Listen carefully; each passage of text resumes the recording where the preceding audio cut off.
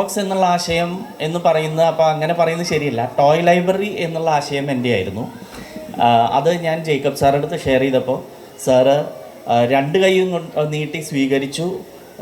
ഉറച്ച് നമ്മളുടെ ഒപ്പം ഇത് എന്തായാലും നമുക്ക് ചെയ്യാൻ പറ്റും, വലിയൊരു സംരംഭമാക്കാൻ പറ്റും എന്ന് സാറ് ഉറച്ച് പറഞ്ഞു. ആ ഒരു ബലത്തിലാണ് ഇത് മുമ്പിലേക്ക് നീക്കിയത്. ഇവിടെയുള്ള എല്ലാ പാരൻസിൻ്റെയും കോൺട്രിബ്യൂഷനുണ്ട്. ഇത് കോൺട്രിബ്യൂട്ടറി ഒരു ലൈബ്രറിയാണ്. പാരൻസ് ടോയ്സ് ഡൊണേറ്റ് ചെയ്യുന്നു. അത് മറ്റുള്ള പാരൻസ് അവരുടെ കുട്ടികൾക്ക് വേണ്ടി ആവശ്യമുള്ള ടോയ്സ് എടുക്കുന്നു എന്നുള്ളതാണ് ഇതിലെ ഉള്ള ഏറ്റവും വലിയൊരു ആശയം.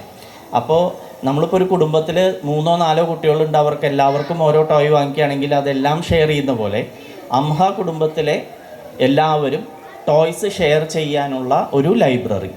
അതിനൊപ്പം തന്നെ അംഹയിലുള്ള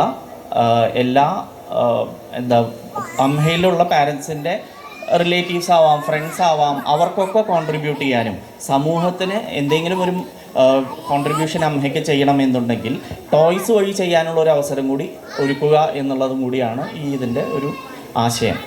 ഇവിടെ നമ്മളിതുകൊണ്ട് ഉദ്ദേശിക്കുന്ന ബെനിഫിറ്റ്സ് എന്ന് പറഞ്ഞു കഴിഞ്ഞാൽ, ആദ്യം ഇപ്പോൾ ഞാൻ നേരത്തെ പറഞ്ഞ പോലെ നമ്മളൊരു ടോയ് ഗിഫ്റ്റ് ചെയ്യുകയാണ് എന്നുണ്ടെങ്കിൽ ആൾക്ക് മാത്രമാണ് കിട്ടുന്നത്, ആ ഒരു കുട്ടിക്ക് മാത്രമാണ് അത് വെച്ച് കളിക്കാൻ പറ്റുന്നത്. ചിലപ്പോൾ ഒപ്പം ഉള്ള സഹോദരങ്ങൾക്കോ കൂട്ടുകാർക്കോ 1-2 പേർക്ക് കിട്ടിയെന്ന് വരാം.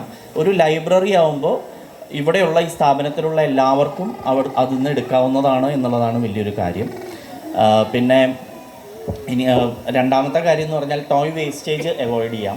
നമ്മൾ പലപ്പോഴും ടോയ്സ് ഉപയോഗിച്ച് അതിവിടെയുള്ള 1-2 പാരൻസ് പറയണ്ടായി, അതിൽ നിന്നാണ് ഈ ഒരു ആശയം ജനിച്ചത്.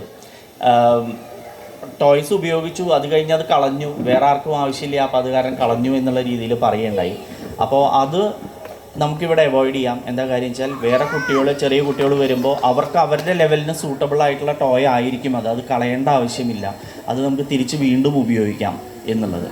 പിന്നെ ചില ടോയ്സൊക്കെ വളരെ കോസ്റ്റ്ലിയാണ്, എല്ലാവർക്കും അത് നമുക്ക് വാങ്ങിക്കാനും അത് ഉപയോഗിക്കാനും പറ്റിക്കൊള്ളണമെന്നില്ല. അപ്പോൾ അത് ഉള്ള ആൾക്കാർ ഉപയോഗിച്ച് അതിൻ്റെ ഉപയോഗം കഴിഞ്ഞു, അതിൻ്റെ ബെനിഫിറ്റ്സ് കിട്ടിക്കഴിഞ്ഞു എന്നുണ്ടെങ്കിൽ അവർക്ക് ഇത് ടോയ് ലൈബ്രറിയിൽ ഡൊണേറ്റ് ചെയ്ത് അത് മറ്റുള്ളവർക്കും അത് ഉപയോഗിക്കാം എന്നുള്ളതും. പിന്നെ നമ്മൾ ചിന്തിക്കാത്ത തരം ടോയ്സ് വേറെ ആൾക്കാർ ഉപയോഗിക്കുന്നത് നമുക്ക് ചെയ്യാമെന്നുള്ളതൊക്കെയാണ്. ഇതിൽ കാറ്റഗറൈസേഷൻ കാര്യങ്ങൾക്ക് നമ്മളെ ഹെൽപ്പ് ചെയ്തത് സച്ചിൻ സാറാണ്.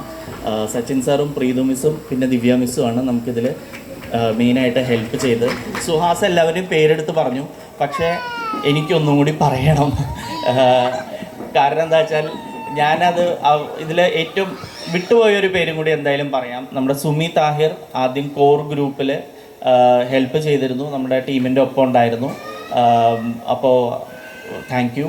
പിന്നെ സുമിന, ലിജോ, രോഷ്മ, രശ്മി, നീതു, സുഹാസ്, ഷാജി, എല്ലാവരെയും പേര്, നിഖിൽ, ഒബ്വിയസ്ലി നിഖിൽ നമുക്ക് ഡിസൈൻ ചെയ്ത് മാത്രമല്ല അത് കഴിഞ്ഞ് ഇവിടെ വന്നിട്ട് ടോയ്സ് പാക്ക് ചെയ്യാനും സെഗ്രിഗേറ്റ് ചെയ്യാനും എല്ലാത്തിനും വളരെ ഹെൽപ്പ് ചെയ്തു. അപ്പോൾ നമ്മളുടെ വണ്ടർ ബോക്സിൻ്റെ ആശയത്തിലേക്ക് തിരിച്ചു വരികയാണെങ്കിൽ നമ്മൾ ഇവിടെ ഇത് ജനുവരി തൊട്ട് തുടങ്ങണം എന്നുള്ളതാണ് ഉദ്ദേശിച്ചിരിക്കുന്നത്. തുടങ്ങുമ്പോൾ കുട്ടികൾ വന്ന് ഇന്ന ടോയ്സ് വേണം എന്നുള്ള ഒരു കാറ്റലോഗ് നോക്കി അവർ പറയുകയും ആ ടോയ്സ് നമ്മൾ എടുത്തു വെച്ച് അത് അവർക്ക് ഇഷ്യൂ ചെയ്യുന്നു. 1-2 ആഴ്ച എത്രയാണ് സ്റ്റിപ്പുലേറ്റഡ് ടൈം വെച്ചാൽ അത് കഴിഞ്ഞ് തിരിച്ചു തരികയും. ഇത് ചിലപ്പോൾ തെറാപ്പിസ്റ്റ് എന്നെ പറഞ്ഞൊരു ടോയ് ആയിരിക്കാം. തെറാപ്പിസ്റ്റ് പറഞ്ഞിട്ടുണ്ടാവും, നിങ്ങൾക്ക് കുട്ടിക്ക് സെൻസറി ഇഷ്യൂ ഉണ്ടെങ്കിൽ ഈ ഒരു ടോയ് ഈ ലൈബ്രറിയിൽ നിന്ന് എടുത്തോളൂ, പണ്ട് എങ്ങനെയാണെന്ന് വെച്ചാൽ ഈ ഒരു ടോയ് വാങ്ങിച്ചോളൂ എന്നാണ് പറയാം. അപ്പോൾ അങ്ങനെ പറയുമ്പോൾ അവർക്കത് വളരെ ഓരോ വട്ടം ഇത് പറയുമ്പോൾ ഇത് ഞങ്ങളെ കൊണ്ട് അഫോർഡ് ചെയ്യാൻ പറ്റില്ല എന്നുള്ളൊരിതുണ്ട്. പക്ഷേ സ്വന്തം കുഞ്ഞുങ്ങളുടെ ഇമ്പ്രൂവ്മെൻറ്റിനാകുമ്പോൾ അവരെങ്ങനെയെങ്കിലുമൊക്കെ ബുദ്ധിമുട്ടി അത് ചെയ്യും. ഇപ്പോൾ അത് നമുക്ക് അവോയ്ഡ് ചെയ്യാം. അപ്പോൾ എല്ലാവരും ഇതിലേക്ക് കോൺട്രിബ്യൂട്ട് ചെയ്തതിന് ബിഗ് താങ്ക്സ്. ഇത് ഞാൻ ഈ ഒരു സ്വപ്നം, ഒരു ആശയം മനസ്സിൽ കണ്ടപ്പോൾ ഇത്രയൊന്നും വലുതാവുമെന്ന് പ്രതീക്ഷിച്ചില്ല. ജേക്കബ് സാറിന് ഒരു ബിഗ് താങ്ക്സ്. സാറ് പാറ പോലെ ഉറച്ചു നിന്നതുകൊണ്ട് മാത്രമാണ് ഇത് യാഥാർത്ഥ്യമായത്. തരി പോലും അതിശയോക്തിയല്ല. സാറിൻ്റെ അടുത്തത് പറഞ്ഞ ഉടനെ സാറ് പറഞ്ഞു ഇത് PTA ഇനീഷ്യേറ്റീവ് ആക്കാം എന്നുള്ളത്. അപ്പോൾ ആ സമയത്ത് എനിക്ക് വലിയ ഉറപ്പൊന്നും ഉണ്ടായിരുന്നില്ല ഇത് അങ്ങനെ ആവും എന്നുള്ളത്. പക്ഷെ എല്ലാവരും വളരെ സന്തോഷത്തോടെ ഇതിൽ പങ്കെടുത്തു, കാര്യങ്ങൾ ചെയ്തു. ഇനിയും നിങ്ങളുടെ കയ്യിൽ ടോയ്സ് ഉണ്ടെങ്കിൽ ഡൊണേറ്റ് ചെയ്യാം. ഇനി മുമ്പിലേക്ക് പോകുമ്പോൾ കുട്ടികൾക്ക് ഇമ്പ്രൂവ്മെൻറ്റ് ഉണ്ടാവുന്നതിനനുസരിച്ച് വണ്ടർ ബോക്സിലേക്ക് ഡൊണേറ്റ് ചെയ്യുക. പല ഇനീഷ്യേറ്റീവുകളും നമ്മൾ ആലോചിക്കുന്നുണ്ട്. ബർത്ത്ഡേകൾ വരുമ്പോൾ നിങ്ങൾക്ക് കേക്ക് കട്ട് ചെയ്യുക എന്നുള്ള പരിപാടിയൊന്നും നമുക്കിവിടെ ഇല്ല. അപ്പോൾ അതിന് പകരം വേണമെങ്കിൽ വണ്ടർ ബോക്സിലേക്ക് നിങ്ങൾക്കൊരു ടോയ് ഡൊണേറ്റ് ചെയ്യാം. അങ്ങനെയുള്ള പല ആശയങ്ങളും ഓരോരുത്തരായിട്ട് ചിന്തിച്ച് നമ്മുടെ വണ്ടർ ബോക്സിനെ വലിയൊരു വിജയമാക്കണം എന്ന് അഭ്യർത്ഥിക്കുന്നു. റെസ്പെക്റ്റഡ് MLA സർ, ഭാനുമതി ടീച്ചറിൻ്റെ കാര്യം ഞാൻ എടുത്തു പറയേണ്ട കാര്യമില്ല.